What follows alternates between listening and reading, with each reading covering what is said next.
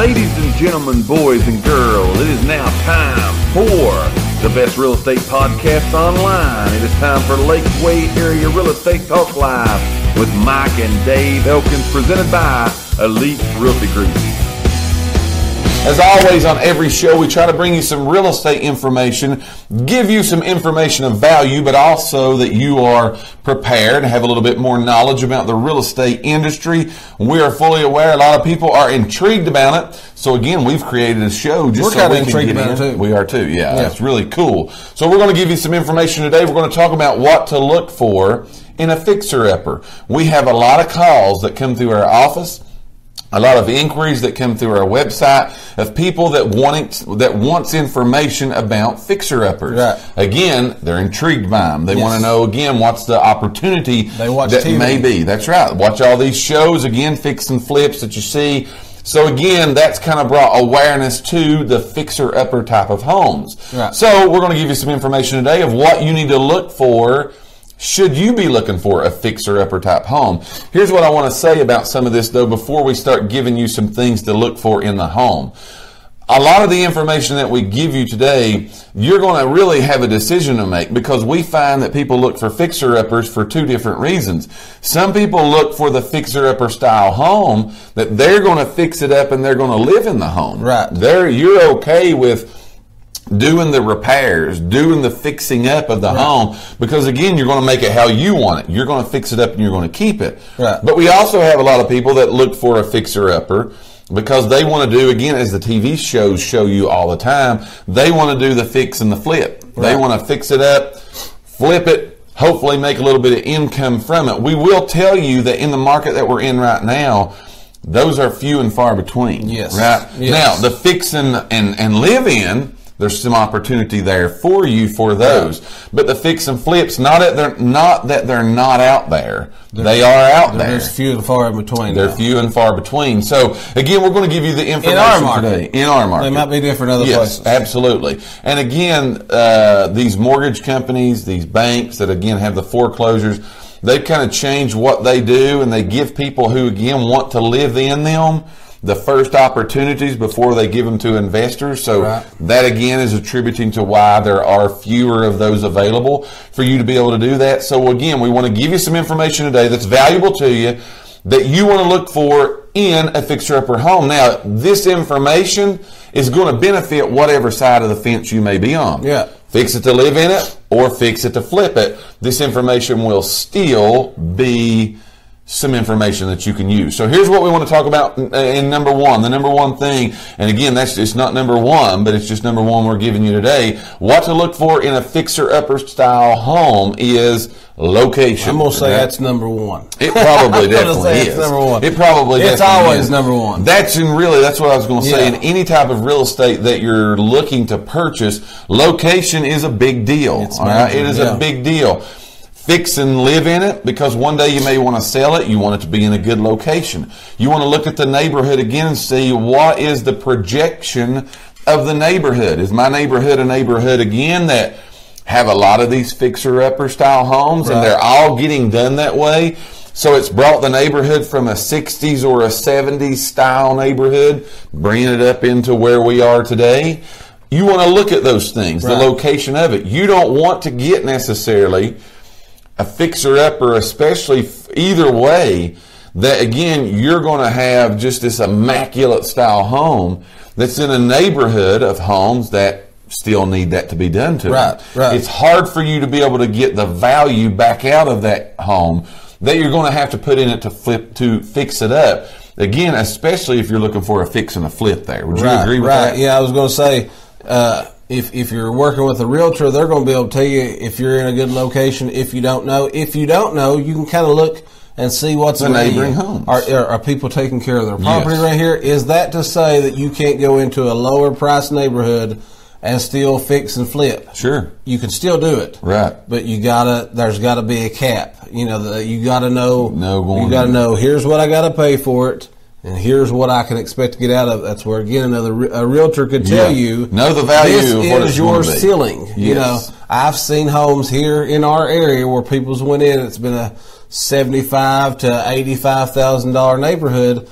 people's went in and tried to fix it up and tried to get 115 to 120 out of it, and it has sit there. The neighborhood won't forever. bring it. Right. Yes, pick that house up, put it somewhere else. Probably can happen. Exactly. Yeah. Was the house worth it? Yes. Sure. Was it worth it in that neighborhood? No. Right. They overbuilt the neighborhood. Yeah, I totally 100% agree with that. So again, location's a big thing. Again, whether you're looking to fix and live in it or fix and flip it, because the good thing about those, the fix and live in it, you of course can make it how you want it, but you're going to have to do some work to it. Of course, you know that. That's why we're saying fix it. But if you're looking for the fix and flip, which we find a lot more people are, they're looking for the fix and the flip versus the fix and live in it. You better, again, make sure you know what's that end look like. Right. What's my out look like, so you'll know what to put in it and what not to put into it. Yeah. So that's number one. Talking today about what to look for in a fixer-upper. You got a comment? Well, Greg said in Logan they have more fixtures than move-in ready homes, and we keep track kind of back there too. Yes, we've looked at what's going on. Yeah, we know there's definitely a lot of fixer-uppers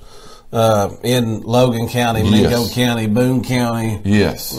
Pike County. Right. A lot of those. A lot of those. And again, have a little bit more opportunity that could be up there. There's a good opportunity for that because just like everything else, the market sometime there is going to come back. It'll come back. It'll come back. It's taking a little longer again because we know the economic impacts that, again, things have took place. We know that's happened up there. But again, there will be an opportunity there. And right now, in those type of markets, again, that's why we were speaking specifically to here.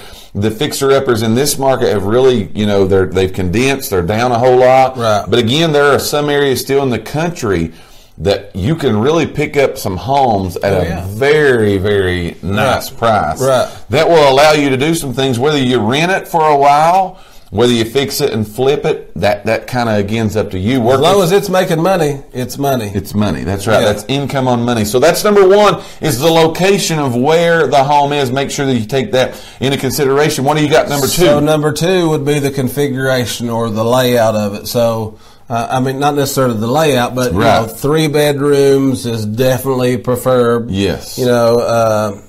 4 bedrooms is phenomenal. Yes. Again, if you're getting them for the right price. Go back to say, can you not sell a 2 bedroom? You can. Absolutely, you can. But again, you got to know where your ceiling's at. Right location. If you're in a neighborhood with other 2 bedroom homes, you're going to be good. If you're the 3 bedroom home in a 2 bedroom neighborhood, you got to be careful. And we see these. We're closer to Carson Newman College here than we are the University of Tennessee.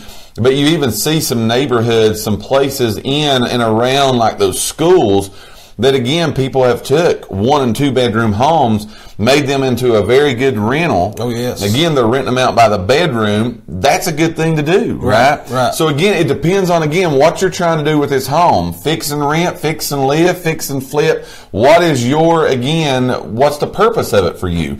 Those are some things, but the configuration of the home is going to have a big deal, and what type of neighborhood, again, that it is in that you've got. And I'm going to throw this in. I didn't say anything about the baths, but definitely a 2-bath. And that's the best. Again, you can sell a bath, okay? Yeah. You can sell a 2 bedroom, 1 bath. Right. 3 bedroom, 2 bath is the desired, preferred.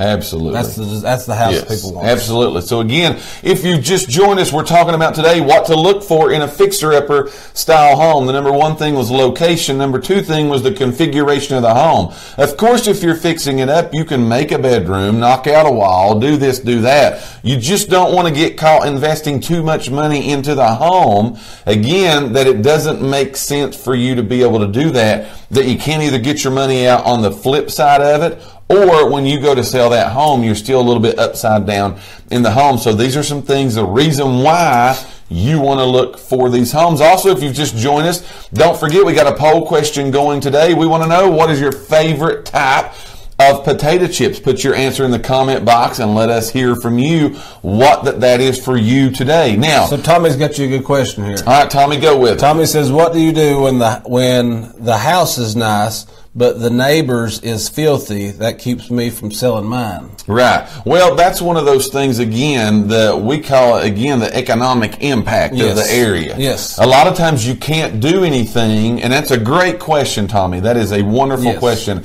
But a lot of times you really can't do things about the surrounding homes. So what you need to do is, again, it just make the best of the home that you live in. Right. That way, again, hopefully, should you be trying to sell that home, people will, again, see the same value in the home that you see, right? Because, again, it's your home. You saw some way you saw some great value in that home. It met what it needed to meet for your needs. So, again, hopefully you find somebody that comes by to do that, and they say, hey, this is what we like to call a diamond in the rough. Right. That's what and if it's something that you can literally see from your front porch, if it's the neighbor right next to you, whatever, you can always plant some trees. Yes. You can put up a privacy fence. Those are things. Those are options for you. Yeah, there's other things you can do. But again, you kind of are what you are. Yes. But Cynthia says, ask your neighbor if they can come clean their yard. So if you can come clean their yard. Yeah. So tell them to watch our show. We'll give them some tips to. That's right. Spruce that thing up, right? The curb appeal, as we like to call it. But very good question, Tommy. That's a great question because we do see that happen a lot of times. And again, that's why locations and things like that are really important. When you're looking again into that fixer-upper style home, it's a big deal as far as, again, fix and live there, fix and rent, fix and flip. What, again, is the purpose of the reason that you're buying the home? Right. So we went through the first two. Here's the third one you need to be looking for. In a fixer-uppers, what do you need to look for in a fixer-upper home? Is the layout of the home, all right? Yeah, the actual A lot of homes, man, they're chopped up, right? They don't lay out very well at all. For people, again, that maybe think of this again a lot of times in who is going to be my target market for this home. We find that a lot of people that buy fixer-upper style homes, their target market's going to be a first-time buyer, right? Because that's just the way it works. Right. That's not always. That's not set in stone, but a lot of the times it is. Right. So when you're looking at a layout of a home, if you got bedrooms on each end of the house, maybe the master's on one end, the other bedrooms, the other two bedrooms are on the other end of the house. For a first-time buyer, that may not work out. That might not be. A lot of first-time buyers also have young children. Right. They may want the bedrooms to be closer together. Mm-hmm. So when you go to look at the layout of the home, how does it work? Is it a two-story?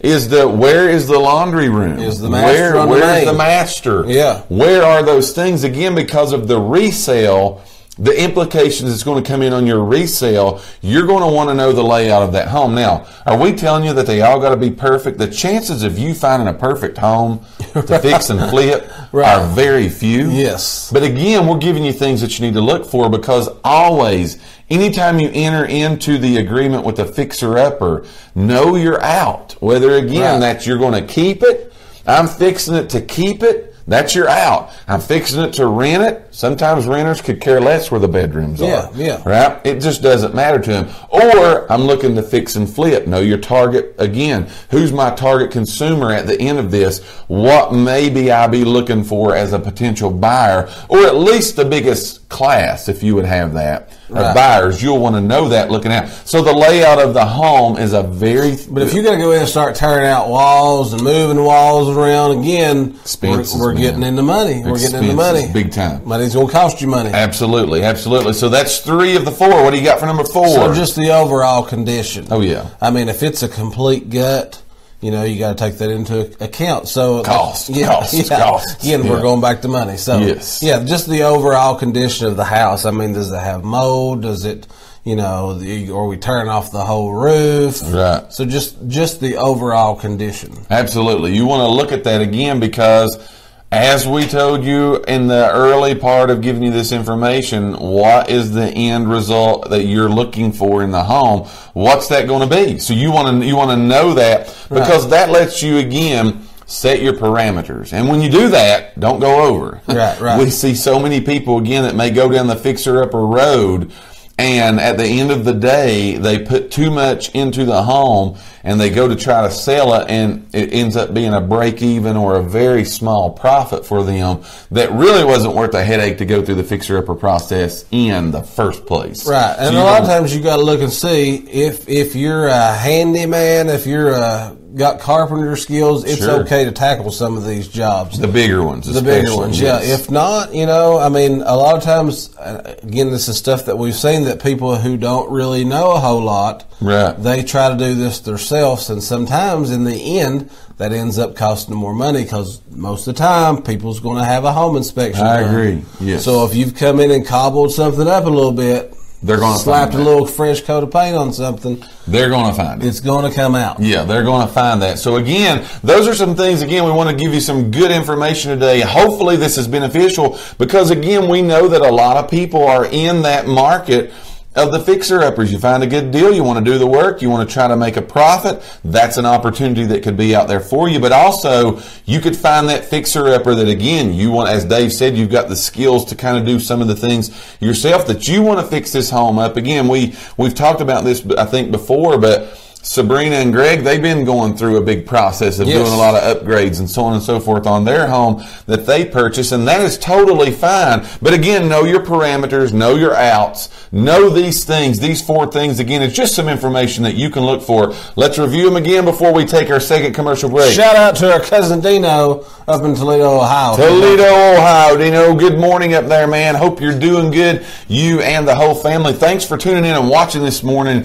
By the way, not only Dino, but everybody else, we appreciate you guys tuning in. Here's the 4 things we gave you today and what to look for in a fixer-upper. Look for the location. That's a big deal. The configuration of the house, the bedrooms, the kitchens, the baths, so on and so forth. The layout, you want to know again about that. Right. 2-story, master on the main. Where's the laundry room? Where's the bedroom layouts?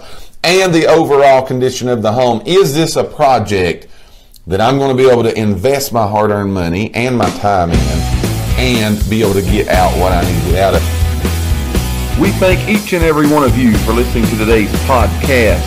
Tune in for future episodes by subscribing to our channel and get the latest and greatest real estate information right here on Lakeway Area Real Estate Talk Live, presented by Elite Realty Group. Until next time, have a great and blessed day.